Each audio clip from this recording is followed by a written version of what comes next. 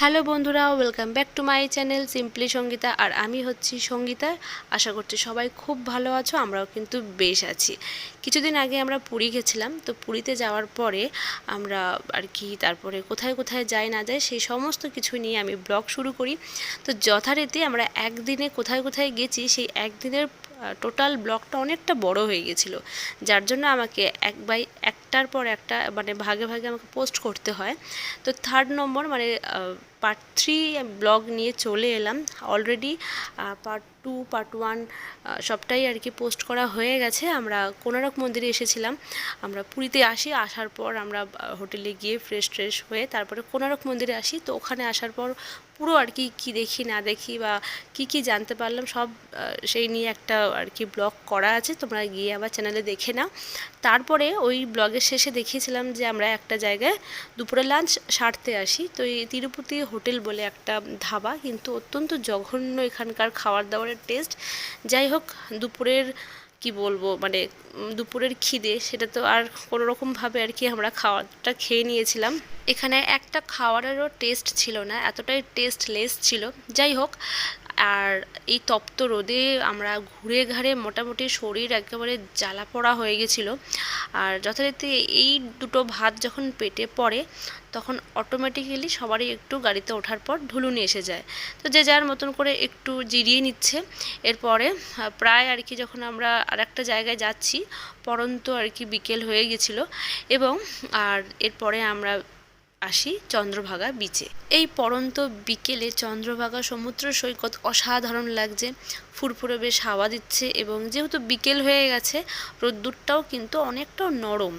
আর এই টাইমটাতে যে কোনো সমুদ্র সৈকতে কিন্তু খুবই সুন্দর লাগে, আর আমাদেরও ভালো লাগছিলো। কিন্তু যথারীতি প্রত্যেকেরই একটু মনে হচ্ছিল যে এনার্জিটা কোথাও গিয়ে একটু ডাউন, কারণ ওই বললাম সারা রাত আর কি ট্রেন জার্নি, তারপরে দুপুরে আমাদের ঘুম হয়নি। দুপুরবেলাতে আমরা কোনারক মন্দিরটা পুরো ঘুরি। যথারীতি আমাদের একটু শরীরটা ম্যাচ করছিল, সবারই মুখ দেখে বোঝা যাচ্ছিল। কিন্তু যখন আমরা এই চন্দ্রভাগা বিচে এলাম, এসেই আমাদের মনটা ভরে গেল এই কারণ বিচটা খুবই পরিষ্কার এবং গোনাগুনতি কয়েকটা হয়তো লোকজন এখানে দেখতে পাচ্ছি, আর বাদবাকি পুরোটা যতদূর চোখ যাচ্ছে একেবারে ফাঁকা। আর সামনে যে যতগুলো লোক দেখছো সবই আমাদের গাড়ি থেকে নেমেছে, কারণ আমরা নিজেরাই ছিলাম 17 জন মেম্বার। আর হয়তো দু একজন ছিল হয়তো এরকম মানে বিচে, কিন্তু দেখো যতদূর চোখ যাচ্ছে বা যতদূর দেখতে পাচ্ছি একেবারে পরিষ্কার আর সুন্দর। বিচটা কিন্তু বেশ পরিষ্কার আর একটু লোক নেই বলে দুর্দান্ত লাগছে। এখানে আসার পর এই সমুদ্রের হাওয়াটা লাগাতে একটু মনটা ভালো হয়ে যায় এবং অনেকটা এনার্জি ফিরে পাই, তবুও জোর করে চালানোর মতন। তো কি করব আমরা, তো ভাবলাম চলো যে যার মতন করে আমরা একটু ফটোশ্যুট করে নিই, কারণ এত সুন্দর পরিষ্কার আর ফাঁকা বিচ আর কোথাও পাবো না এই মুহূর্তে। কারণ পুরীতে আমরা নেমেছি, পুরীর বিচ তোমরা জানোই যে কতটা ভিড় বা ক্রাউড থাকে, যার জন্য এখানে আসার পরে আমাদের বেশ ভালো লাগছিলো। কিন্তু ওই যে বললাম এনার্জিটা কোথাও গিয়ে একটু ডাউন লাগছে, মনে হচ্ছে তাড়াতাড়ি করে হোটেলে যাই, ফ্রেশ হয়ে একটু রেস্ট নিই, টান করে একটু শুয়ে। কিন্তু সেটাতে এখন উপায় নেই। এরপরে আমরা যাব হচ্ছে জগন্নাথ মন্দিরে। মানে আমাদের কিন্তু এখনও ঘোরা শেষ হয়নি। আর তোমরাও দেখো কি সুন্দর অপরূপ এই বিচটা, মানে আমার দুর্দান্ত লেগেছে। এত সুন্দর ফাঁকা এবং জলটাও কিন্তু পরিষ্কার স্বচ্ছ একেবারে, ভীষণ ভালো লেগেছে এই জায়গাটা আমাদের।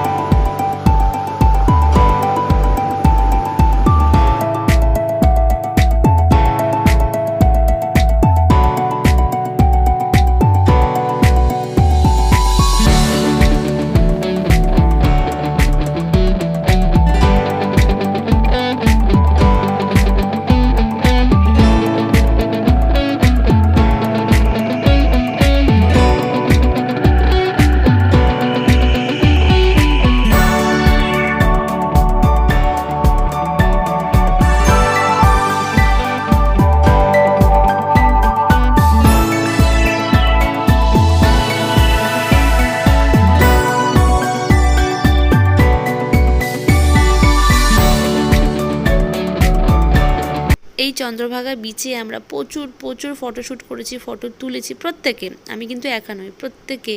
আর খুব সুন্দর ছিল এই বিচটা। তোমাদের কেমন লাগলো অবশ্যই কিন্তু কমেন্ট করে জানিও। তো চলো এখন যাচ্ছে সোজা আমরা হোটেলে, কারণ আশেপাশে আরও অনেক সাইট সিন ছিল, কিন্তু শরীরটা আর দিচ্ছে না, আর ভালো লাগছে না। এবারে মনে হচ্ছে হোটেলে গিয়ে চেঞ্জ করে একটু ঠান্ডা ঠান্ডা জল গায়ে দিয়ে মনে হচ্ছে একটু বিছানায় শুয়ে টান টান করে শুয়ে একটু রেস্ট নিই, কিন্তু সেটা এখন সম্ভব নয়। হোটেলে গিয়ে নিজে ফ্রেশ হয়ে চেঞ্জ করে তারপরে আমার ছানাটাকে রেডি করব, ওকে খাওয়াবো, তারপরে আবার যাব সোজা পুরীর জগন্নাথের মন্দিরে। তার কারণ হচ্ছে আমাদের আমাদের নামে আর কি পুজোটা লেখাতে হবে আজকে, কারণ কালকে দোল, তবেই গিয়ে কালকে আমাদের নামে পুজোটা পড়বে। আর কালকে প্রচণ্ড রাশ, জানোই কী পরিমাণে ভিড় হবে মন্দিরে, যার জন্য কালকে আমরা সারাদিন যাব না, আমরা একটু দোল খেলবো, একটু বিচে যাব, একটু স্নান করব সমুদ্রে, কিন্তু কালকে আর সারাদিন মন্দিরে যাব না। যার জন্য ঠিক করেছি যে আজকেই যত কষ্ট হোক, আজকেই আমরা মন্দিরে গিয়ে আমাদের নামে পুজোটা দিয়ে আসবো, নামটা আর কি লিখেই দিয়ে আসবো। এই তো চলো এখন যাচ্ছি সোজা গুটি গুটি পায়ে রুমের দিকে। প্রত্যেকেরই অবস্থা দেখছো ঢিলা হয়ে গেছে, কেউ আর ভালো লাগছে না, কিন্তু যেতেই হবে, কিছু করার নেই। আমাদের প্রত্যেককে সময় হাতে বেঁধে দেওয়া হয়েছে, বলা হয়েছে যে প্রত্যেকে ফ্রেশ হবে, একটু রেস্ট নেবে, তারপর রেডি হয়ে আবার চটপট বেরিয়ে পড়বে, একটুও কিন্তু লেট করবে না।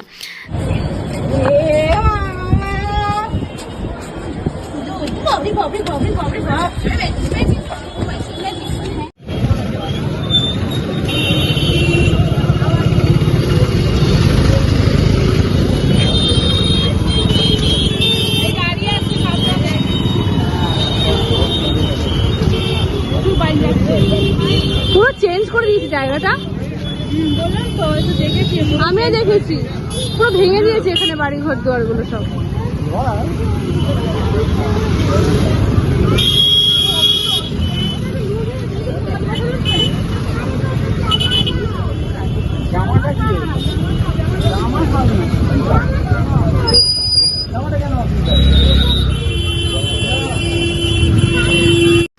ইউটিউবে সিম্পলি সঙ্গীতা চ্যানেল, মানে আমার এই চ্যানেলে যেই ব্লগটি তোমরা দেখছো, আমার প্রিয় দর্শকদের আমি একটা কথা বলবো, বা আমার পরিবারের সদস্যদের আমি একটা কথা বলবো, যে তোমরা একটু খেয়াল করে দেখো আজকের ব্লগে এই পুরীর মন্দিরেরটা পুরো ঘুরে দেখাবো, বাইরে থেকে অবশ্যই, ভেতর থেকে নয়। তাদের কাছে আমি একটাই অনুরোধ রাখবো, যে যারা হয়তো অনেক বছর আগে এই পুরী মন্দিরে এসেছো, এর মধ্যে আর আসা হয়নি, তারা কি কিছু লক্ষ্য করতে পারছো, বা কিছু কি চেঞ্জ দেখতে পাচ্ছ? আমি কিন্তু বিস্তর চেঞ্জ দেখতে পাচ্ছি, কারণ শুধুমাত্র গত বছরে এসেছি আর এই বছরে এসেছি, এর মধ্যেই আমি ফারাকটা বুঝতে পারছি। এর মধ্যে কিন্তু আমার 3 বার আসা হয়ে গেছে, তার মধ্যে আমি গত বছর আর এই বছর মিলিয়েই বলছি বিস্তর ফারাক। পুরীর মন্দিরের আশেপাশে পুরো লুকটাই চেঞ্জ, তোমরা একটু ভালো করে ফলো করো। দুর্দান্ত রাস্তা, সুন্দর করে সাজানো, ঝাঁ চকচকে তকতকে, একেবারেই কিন্তু মানে কি বলবো, চারিপাশটা পরিষ্কার, মানে কোথাও কিন্তু এতটুকু নোংরা অবধি দেখতে পাচ্ছি না, এতটা সুন্দর করে মানে সাজানো হয়েছে, যেটা কি না গত বছরও আমি এই মন্দিরের আশেপাশের জিনিসটাকে আমি একদম চিনতে পারছিলাম না, আর এখানে আসার পরেই জাস্ট আমি তাজ্জব বেনে গেলাম। তার মধ্যে এই পাশে একটা ছোট্ট মন্দির আছে, এই মন্দিরগুলো চোখেই পড়তো না, এখন এত পরিষ্কার করে চতুর্দিকটা সাজিয়ে গুছিয়ে রেখেছে যে প্রত্যেকটা মন্দির কিন্তু এখন চোখে পড়ছে, যেগুলো কিন্তু আগে সত্যি বলছি চোখেই পড়েনি। মানে এখন সিস্টেমটা অনেক চেঞ্জ করে দিয়েছে, টাইমে টাইমে লোক ঢুকাচ্ছে, এবং ভিড়টা যাতে একটু কম হয়, রাশটা যাতে একটু কম হয়, লোকে যাতে একটু কষ্ট কম হয়, সব কিছু মানে ওয়েল মেনটেন করা হয়েছে। ভীষণ ভীষণ ভালো লেগেছে আমার। যাই হোক, তো এখানে আমরা ভেতরে ঢুকেছি, অবশ্যই ভেতরে গিয়ে আমি আর ভিডিও করতে পারিনি। পুজো টুজো দিয়ে আমরা পুজো দিয়ে মানে আমাদের নামটা লেখানো হয়েছে, গতকালে আমাদের নামে পুজো হবে। তারপরে আমরা বেরিয়ে একটা রেস্টুরেন্টে যাই খাওয়ার জন্য, রাতের ডিনারের জন্য আর কি। আমরা আর হোটেলে করবো না, এটা ঠিক করলাম যে আমরা বাইরে ডিনার করে তারপরে আমরা হোটেলে চলে যাব। তো এবারে চলে এলাম আমরা রাতের ডিনারটা কমপ্লিট করতে। এখানে আমরা একটা চাইনিজ রেস্টুরেন্টে আসি, আমরা চাইনিজ অর্ডার করি মা বাবাদের জন্য ডাল ভাত।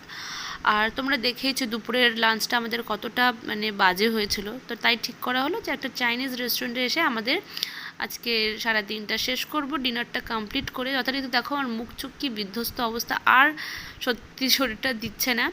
যাই হোক, তো সবার একই অবস্থা, শুধুমাত্র আমার একার নয়। তো তোমাদের কেমন লাগলো ব্লগগুলি অবশ্যই কিন্তু কমেন্ট করে জানিও। যদি ভালো লেগে থাকে একটা লাইক করো, আর যারা নতুন দেখছো, আমার পরিবারের নতুন সদস্য, তারা কিন্তু সাবস্ক্রাইব করতে ভুলো না। আর এই যে আমার ছোট্ট ছানাটা এখানে কাগজ নিয়ে খেলা করছে। এরপরে একটা দুর্ঘটনা ঘটে, আমার ছানাটা এখান থেকে উঠতে গিয়েই ওই টেবিলের এই বিটটাতে লেগে ঠোঁটটা একটুখানি ফেটে যায়, কান্নাকাটি শুরু হয়ে যায়। তারপরে আমার আর ব্লগ কন্টিনিউ করা হয়নি। তো এখানেই শেষ করলাম ব্লগটা। দেখা হচ্ছে পরের নতুন ব্লগে। ততক্ষণ ভালো থেকো, সুস্থ থেকো, স্বাভাবিক থেকো। আমরাও কিন্তু ভালো আছি, আমার ছানাটাও এখন ভালো আছে। চলো টাটা, দেখা হচ্ছে পরের ব্লগে।